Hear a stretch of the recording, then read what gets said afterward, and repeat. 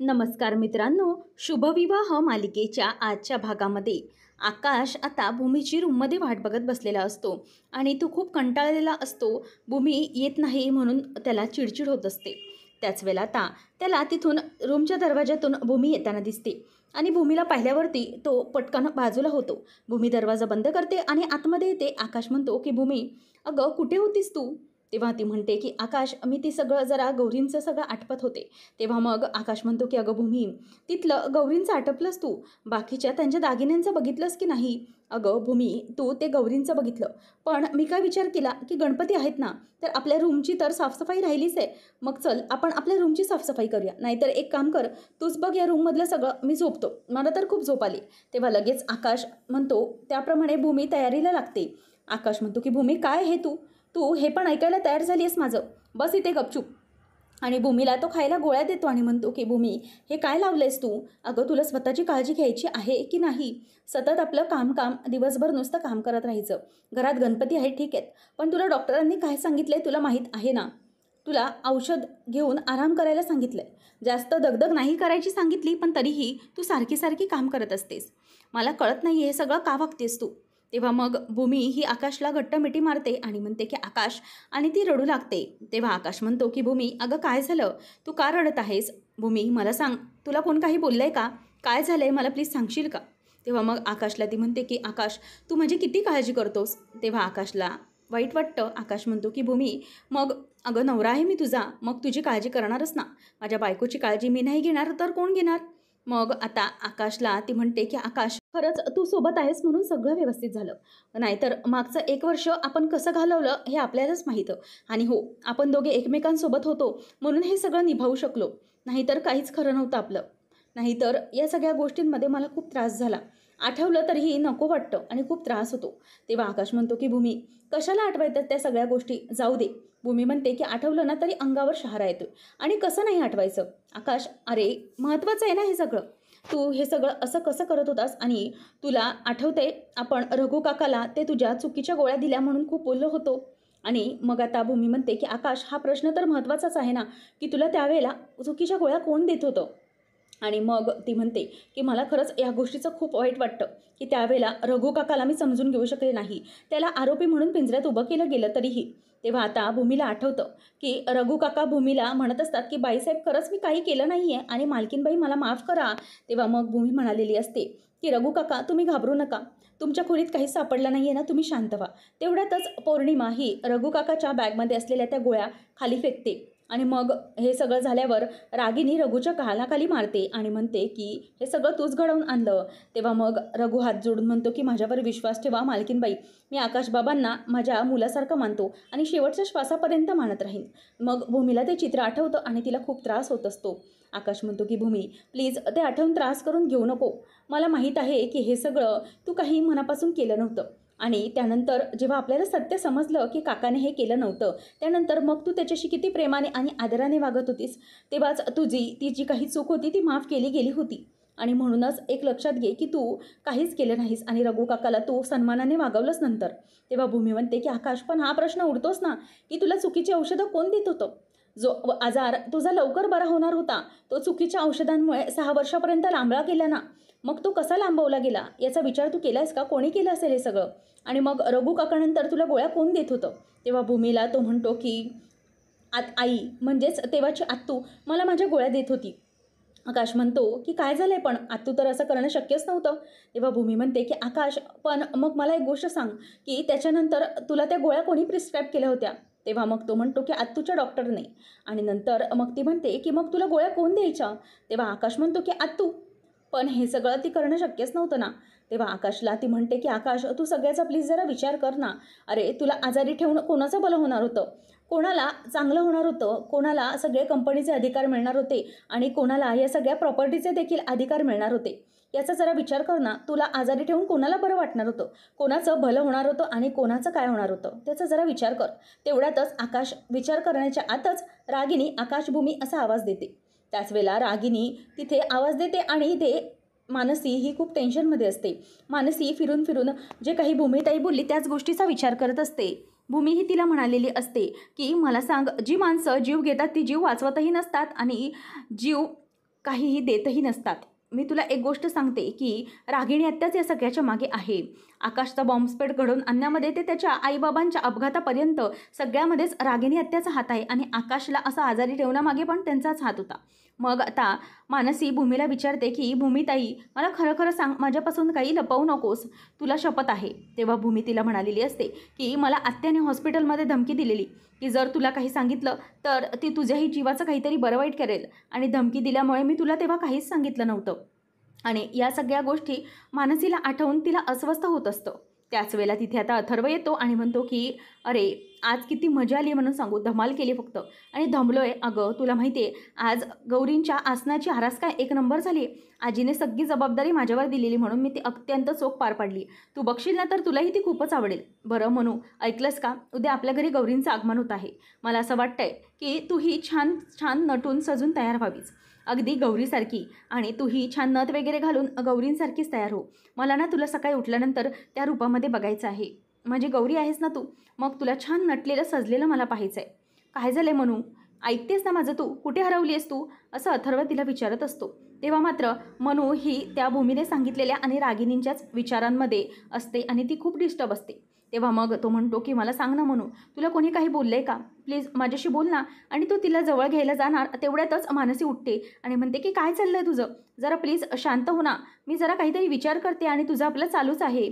त्याच वेळेला मग आता ती विचार करते की अथर्वला सगळं सांगून टाकू, पण मात्र भूमीने तिला अडवलेलं असतं. भूमी म्हणते की म्हणू तू विचार कर की अथर्व सहजासहजी या गोष्टीवर विश्वास ठेवेल का, की त्याची आई असं करू शकते. तो नाही विश्वास ठेवणार. तर मानसीने अथर्वला सांगितलेलं असतं की तुझी आई एक नंबरची कटकारस्थानी आहे, आतल्या गाठीची आहे.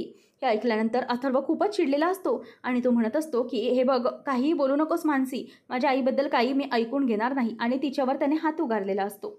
नंतर मग अथर्व पुन्हा उठून येतो आणि म्हणतो की मानसी, काय झालंय, आईबाबांची आठवण येते का, त्यांना कॉल लावून देऊ का मी, बोलतेस का त्यांच्याशी, की तुला कोणी काही बोललं आहे घरामध्ये, प्लीज मला सांग काय झालं आहे, मी सगळं सॉर्ट करतो. तेव्हा अथर्ववर मानसी चिडत म्हणते की प्लीज अथर्व शांत हो ना, तू का माझ्यासारखा मागे मागे लागलायस, प्रत्येक गोष्ट तुला का सांगायला हवी. आणि हो, अरे मला जरा स्वतःची माझी स्पेस दे ना, मी काहीतरी विचार करते ना, माझं काहीतरी चालू आहे, तुला कसं कळत नाही आहे, सारखा मगासपासून आल्यापासून नुसता बडबड बडबड बडबड लावली आहे, तुला कळत नाही आहे का, मी माझा विचार करते. तेव्हा अथर्व मात्र चिडतो आणि म्हणतो की ठीक आहे, तुला तुझी स्पेस हवी आहे ना, घे तुझी स्पेस, मी झोपतो. सगळा मूड नुसता खराब करून टाकला असं अथर्व तिकडे जाऊन झोपून जातो. आणि हे पाहून मानसीला फार वाईट वाटतं आणि मानसी तिला स्वतःची चुकीची जाणीव होते. ती म्हणते की अथर्व प्लीज मला माफ कर, मला माहिती आहे हे सगळं जे घडलं आहे ते मला कोणालाही सांगता येण्यासारखे नाही. ताईने मला सांगून ठेवले आहे की तुला काहीच सांगू नको, आणि तूही नाही समजू शकणार की तुझी आई हे सगळे कटकारस्थानं करू शकते, पण हे सगळं नक्कीच तुझ्यासमोर मी आणेन, प्लीज माफ कर मला. नंतर आता रागिनी म्हणते की ओ सॉरी, ॲक्च्युली तुम्ही दोघं काही महत्त्वाचं नवरा बायको बोलत होतात का, मी तेवढ्यातच आतमध्ये आले का. तेव्हा मग आता आकाश म्हणतो की अगं नाही तू ये ना, काय झालं आहे, तुला काय बोलायचं होतं. तेव्हा मग रागिनी म्हणते की अरे आकाश, ते काय ना, तुमच्या दोघांचं गेलं वर्षभर काहीतरी वेगळंच चालू आहे, आणि गेल्या महिन्याभरात तर तुमच्यावर एकावर एक संकटे कोसळत होती, म्हणूनच आम्ही आपले जे स्वामी आहेत ना त्यांच्याकडे जाऊन तुमच्या नावाने काहीतरी देवाकडे मागितलं, नवस केला, तर त्या नवसाचा धागा म्हणून त्यांनी हा मंत्र शिंपून माझ्याकडे हा धागा दिला आहे, म्हणूनच तुमच्या दोघांच्या हातामध्ये हा धागा घालायचा होता. खरं तर माझा या सगळ्यावर फार विश्वास आहे, पण आकाश तुझा असेल की नाही मला माहिती नाही, पण मी आपला बाबा हा धागा आणला. खरं तर तुला वाटत असेल, तुझी परवानगी असेल तर मग मी हा धागा तुझ्या हातात बांधते. तेव्हा मग तो म्हणतो की आई तू मला आज्ञा कर, मला सांगू नकोस, मला आज्ञा कर, तुझी आज्ञा हाच माझा शब्द आहे आणि तोच मी पालन करणार. आणि तो हात पुढे करतो आणि रागिनीला तो हातामध्ये धागा बांधायला सांगतो. त्याच वेळेला तो धागा बांधत असताना भूमी रागाने त्यांच्याकडे बघत असते. भूमीला या गोष्टीची खूप चिड येत असते. मनातच ती म्हणते की आत्या किती बनेल आहे, काहीही करून ती आकाशला सत्याच्या बाजूने फक्त वळवण्याचा प्रयत्न करते. मग नंतर रागिनी आकाशच्या हातात तो दोरा बांधते आणि नंतर मग पुढे भूमीकडे जाते आणि आकाशचं लक्ष नसतं. त्याच वेळेला भूमीचा हात खेचून घेऊन ती घाईघाईत आणि अगदी रागारागात तावातावात भूमीच्या हातामध्ये तो धागा बांधत असते. आणि ह्या सगळ्याने भूमीला खूप राग येत असतो. पण मात्र जेव्हा तिचा धागा बांधून होतो तेव्हा आकाश तिथे बाजूला उभा राहतो आणि मुद्दामच मग रागिनी आणि भूमी हसण्याचे नाटक करू लागतात. आणि नंतर आता आकाश म्हणतो की बघितलंस भूमी, तू मला म्हणत होतीस ना की हे सगळं मागे कोणाचं तरी कटकारस्थान असणार, पण बघितलं माझी आई सुरक्षा कवच घेऊन माझ्या मागे उभी आहे, तर मग कोणाचंच काही होणार नाही. आणि तू मगाशी म्हणत होतीस की गोळ्या देण्यामागे कोणाचं काय होतं, तर मग आत्याने हे सगळं प्रश्न बाजूला टाकले. जिथे आत्या असेल तिथे काहीच घडू शकत नाही, तिथे सगळं काही व्यवस्थितच होणार अशी मला खात्री आहे. तेव्हा मग रागिनी म्हणते की बापरे, तुमचं काही बोलणं चालू होतं आणि मी मध्ये आले, असे काही झाले का? नाही म्हणजे कशाबद्दल बोलताय तुम्ही? तेव्हा आकाश म्हणतो की अगं, भूमीच्या मनात प्रश्न येत होते की मला चुकीच्या गोळ्या देऊन कोणाचं काही भलं होणार होतं. पण आकाशला लगेच रागिनी म्हणते की आकाश, हो, तो एक प्रश्न उद्भवलाच आहे. आणि तुला काय वाटतं मी त्या गोष्टीकडे दुर्लक्ष केलंय? तर अजिबात नाही. तू बरा झालेला असलास आकाश तरी त्या गोष्टीचा शोध चालू आहे. अरे ॲक्च्युली मी ती कंप्लेंट पण केली होती पोलिसांमध्ये, त्याची FIR पण आहे आपल्याकडे. हवं तर ती केस आपण पुन्हा रिओपन करू शकतो. तेव्हा मग आकाश म्हणतो की नाही अतू, त्याची आता काहीच गरज नाही.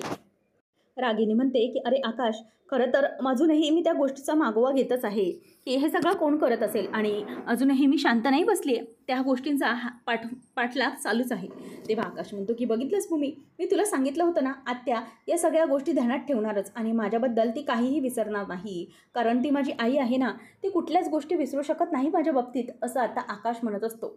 आणि हे ऐकून आता रागिनी मात्र खूपच बचत असते आणि रागिनी हसत असते.